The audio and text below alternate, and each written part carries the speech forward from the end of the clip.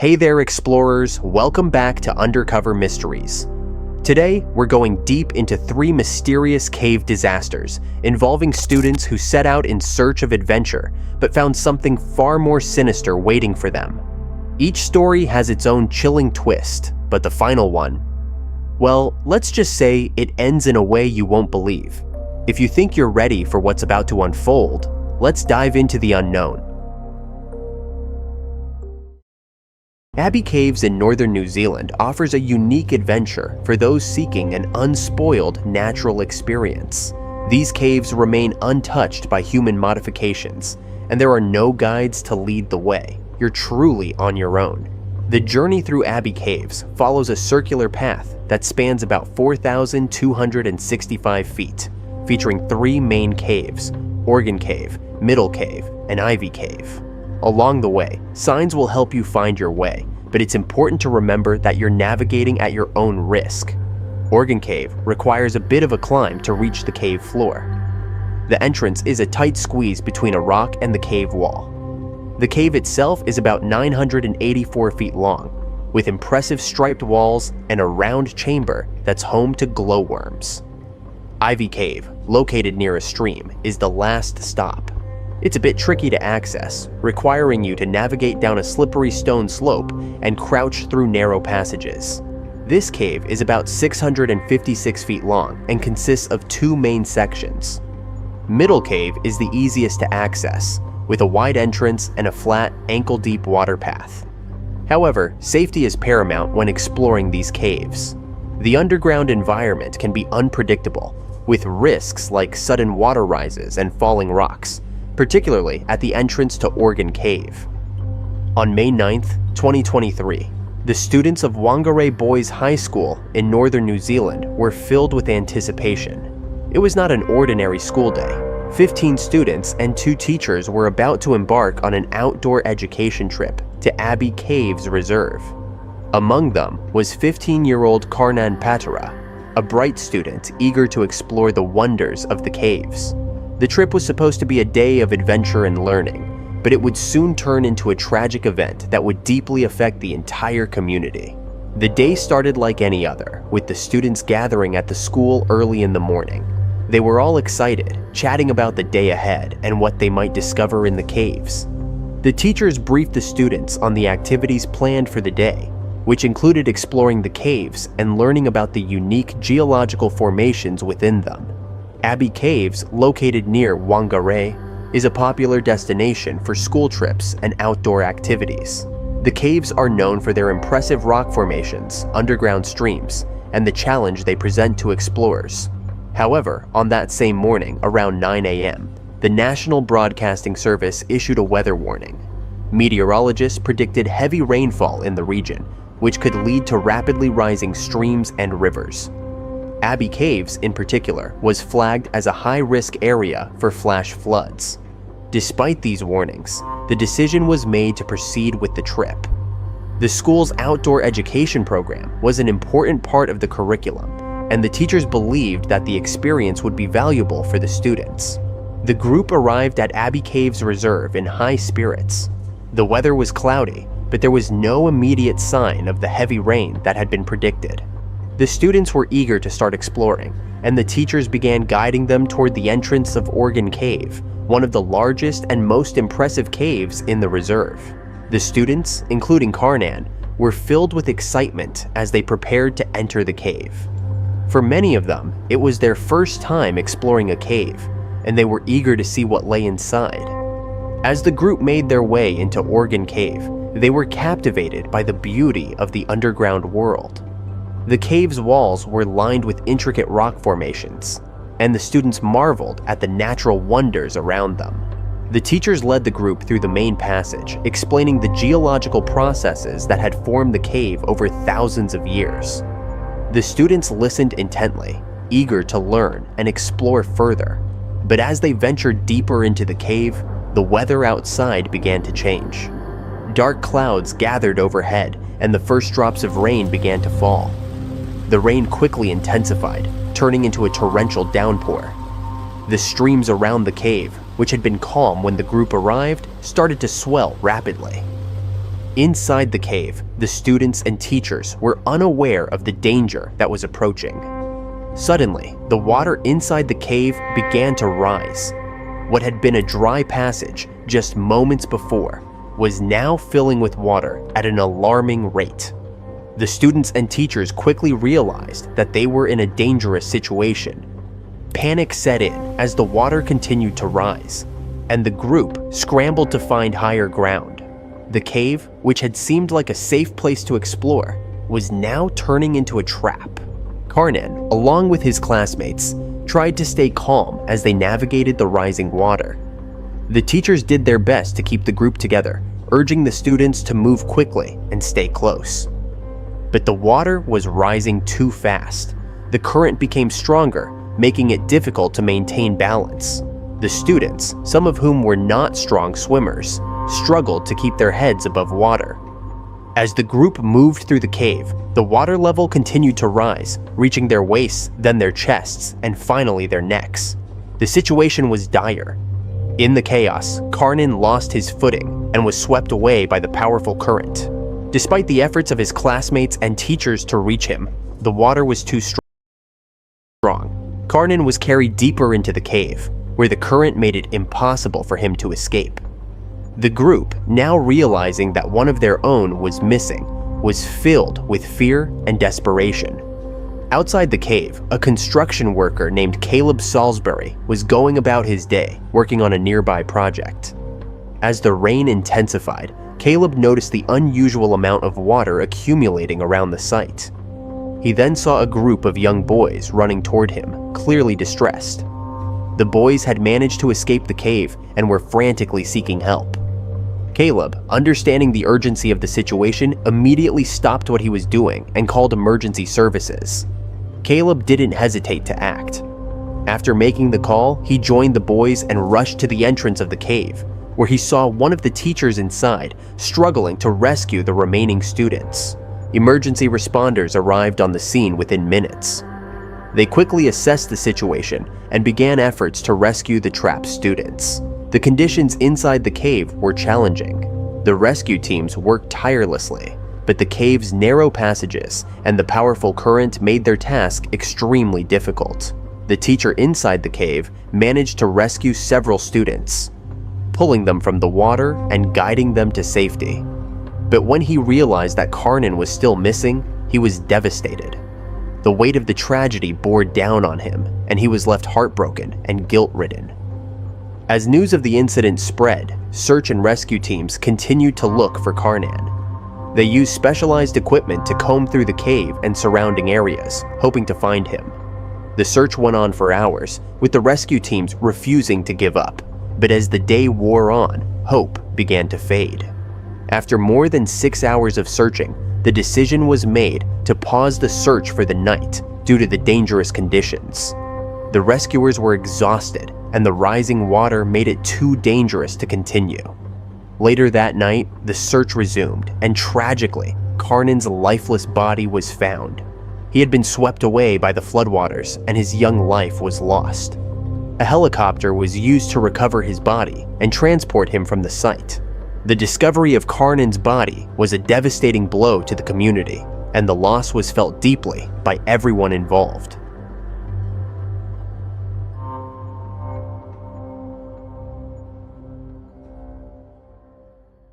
On September 9th, 1990, Mark Healy checked into a YMCA hostel in Melbourne. He told his family he was heading out for a skiing trip to clear his mind, but in truth, Healy had a different plan.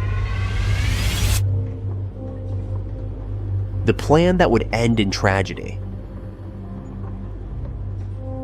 Healy had two loves in life, the thrill of adventure and the joy of teaching. Every chance he got, he was out exploring. Australia was his favorite destination, and he had embarked on countless expeditions across Tasmania and Western Australia.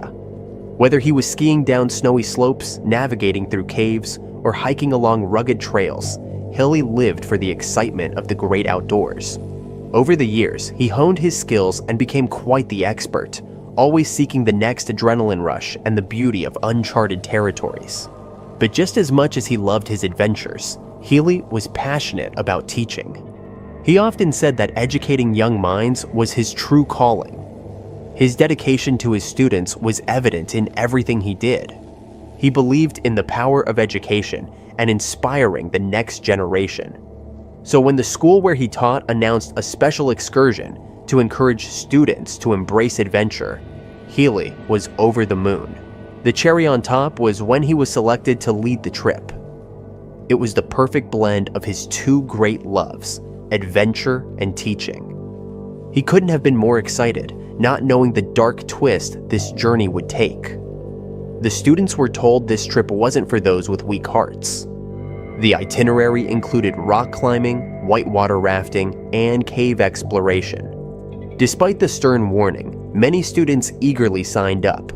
They were drawn to the thrill and the promise of a memorable experience. One of the places they planned to explore was the Mystery Creek Cave, nestled within Southwest National Park. Although ideal for beginner cavers, it was not without its risks. There were hidden dangers, and a lack of caution could turn a thrilling adventure into a deadly one. Nonetheless, with his extensive experience, Healy felt confident in his ability to lead the students safely through the cave. On the morning of July 2nd, 1990, 19 students eagerly gathered for the expedition. They were buzzing with excitement, chatting about the adventure that awaited them. 8 of them were particularly excited about the cave exploration. They had heard stories about the cave's beauty and were eager to see it for themselves. Knowing the potential risks, Healy enlisted the help of another teacher, Joanne, and a seasoned colleague, Danielle. He wanted to ensure that the students were well supervised and safe at all times. By noon, the group was on their way, ready for an adventure despite the gloomy, rainy weather.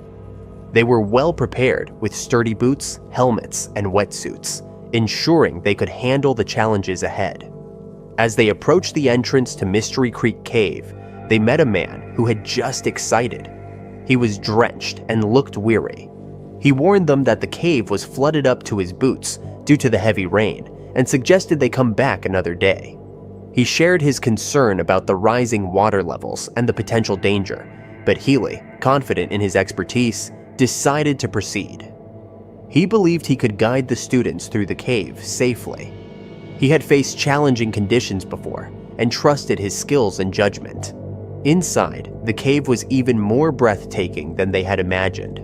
The walls were adorned with glowworms, casting a magical luminous ambiance. However, they soon encountered rising water levels to cross safely. Healy demonstrated a clever technique he had learned from his many expeditions. They would form a human chain with the strongest students at each end and Healy in the middle. Where the water was deepest, those not in the chain would hold onto it as they crossed. This method worked perfectly, and the students found it both effective and enjoyable, eager to use it again. By 4:30 p.m., they reached a narrow section known as the Matchbox Squeeze. This part of the cave was notoriously tight, requiring them to wriggle through to continue on their path. It was a challenge, but they were up for it. On the other side, they moved towards the cave entrance via the laundry chute. As they progressed, Healy noticed the sound of water was getting louder, indicating rising pressure. The noise of the flowing water echoed through the cave, creating an ominous soundtrack to their journey. He decided they needed to use the human chain technique again to cross safely. The students enthusiastically formed the chain, but this time, the water was up to Healy's knees, and the current was stronger. They began crossing, but the first student, a petite girl, almost fell due to the current. Healy caught her just in time, and she made it across safely. His heart raced with concern, but he kept calm to avoid alarming the students. He knew that if he showed fear, it would only increase their anxiety. The next student started crossing, encouraged by Healy and the others. They cheered her on, providing words of encouragement and support. Just as she was about to reach the other side, the current pulled her down. She screamed for help, and Healy knew he had to act quickly. Her friend and one of the teachers, Joanne, rushed to save her, but the current pulled them too. The situation was becoming increasingly dire. Healy realized he needed to get the remaining students to safety first. He couldn't afford to lose any more time. He let them out of the cave quickly, urging them to stay close and move swiftly. The rain had made the ground slippery, and they had to be careful with each step. Once the students were safe, he returned to search for the missing 3. Hours passed with no sign of them. Authorities arrived, finding Healy devastated. The 3 victims were later found, but it was too late. The cave had claimed their lives. Despite the tragedy, Healy was hailed as a hero. People praised his efforts, acknowledging the bravery and dedication he had shown. He had done everything in his power to ensure the safety of the students. But Healy couldn't shake the guilt. He felt responsible, believing he could have done more to prevent the loss. The weight of the tragedy pressed heavily on him, haunting his every thought. 2 months later, unable to cope with the pain, Healy packed some gear and told his family he was going skiing. They wished him well. Unaware of the turmoil he was facing, he checked into the Abbey hostel in Melbourne. In a moment of despair, he climbed to the 10th floor and ended his life. The loss of Healy was a devastating blow to those who knew him. He had been a source of inspiration and strength, and his absence left a void that could never be filled.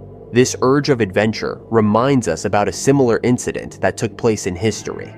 Ignoring all caution, one man, driven by a thirst for discovery, ventured into an uncharted passage that turned their fun camping trip into a chilling nightmare. You should check it out.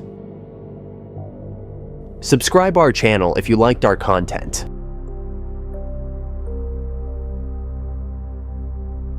In the depths of a hidden cave, a young boy's life hangs by a thread. Morris Battelle, an adventurous spirit trapped in a nightmare. A fateful twist of events left him alone and wedged in the treacherous Wildcat Cave. This is a story of bravery, resilience, and the incredible power of community. This is the breakdown of Wildcat Cave tragedy. Morris Battelle was a vibrant young boy until 1955, when his whole world came crashing down. His parents' divorce left him and his brother Donald to navigate a turbulent childhood filled with uncertainty and instability. Without a solid parental figure, they were shuffled from one foster home to another, facing the harsh realities of a fragmented family life. Eventually, they found some semblance of stability at a Methodist children's home. However, the lack of a stable family environment left Morris seeking solace elsewhere. He found it in a hidden refuge, a nearby cave known as Wildcat Cave. Wildcat Cave, perched in the red sandstone walls about 15 feet above a dry stream bed, was both thrilling and perilous. The cave's entrance started as a manageable 4-foot-high opening, but quickly narrowed into tight crawling passages. Despite its dangers, Morris was drawn to its quiet seclusion. It became his escape, a place where he could be alone with his thoughts. He visited the cave frequently, although he never ventured too far, aware of the risks it posed. He had once gotten lost in its dark, winding passages, but his friends had managed to find and rescue him just in time. On October 5th, 1965, a group of children from the Methodist foster home, including Morris, set out on a bus trip to a nearby village. The anticipation was high, and the kids were excited for the adventure ahead. Unfortunately, a flat tire forced a change of plans, redirecting them to Wildcat Cave. The unexpected detour was met with enthusiasm by Morris and his friends, who saw it as an opportunity to explore the cave more thoroughly than ever before. As the group ventured further into the cave, the thrill of exploration gripped them. The cave's mysterious allure beckoned them deeper into its depths. However, in the midst of their excitement, Morris became separated from his friends.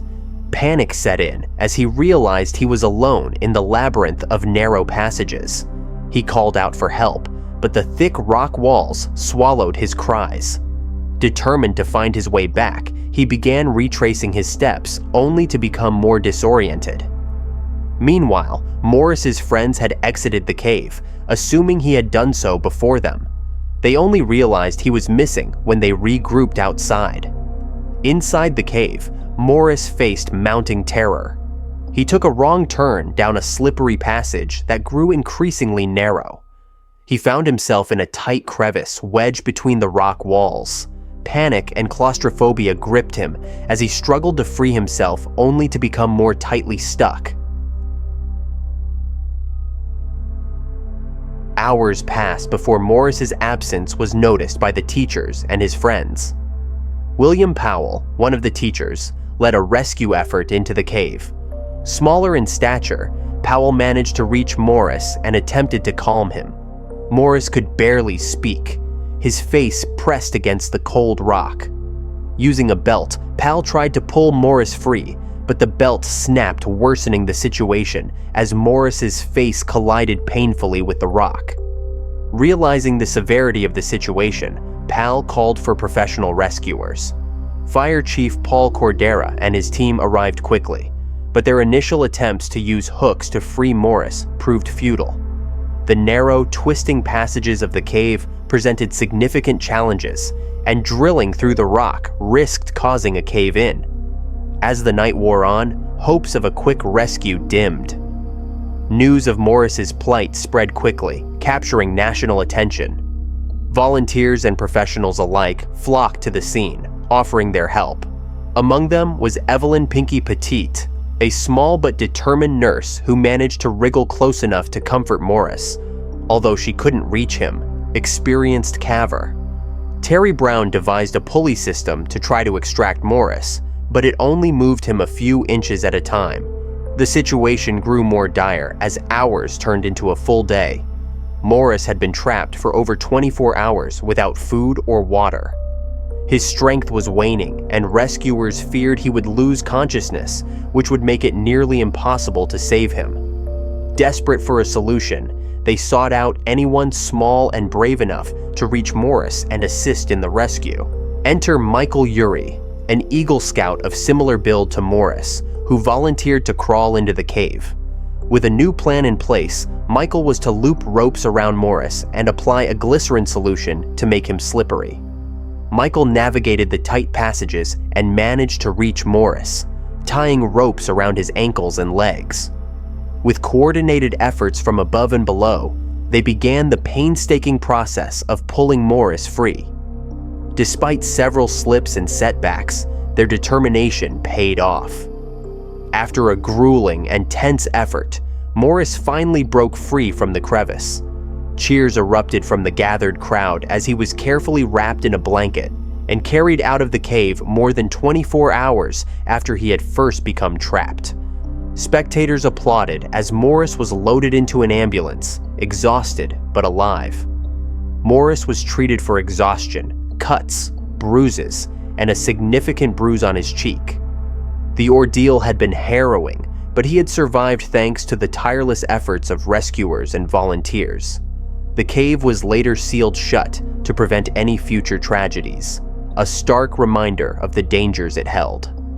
Morris Battel's story is one of resilience, bravery, and the extraordinary efforts of a community coming together to save a young life. It serves as a powerful testament to the human spirit and the lengths to which people will go to help those in need. The traumatic experience left a lasting impact on Morris, but it also highlighted the importance of hope and perseverance in the face of adversity. After his rescue, Morris tried to return to a semblance of normal life. The physical and emotional scars took time to heal, but the support of his brother, friends, and the community helped him recover. He found solace in sharing his story, using his experience to inspire others facing their own challenges. His story became a symbol of hope, demonstrating that even in the darkest times, there is always a chance for rescue and redemption.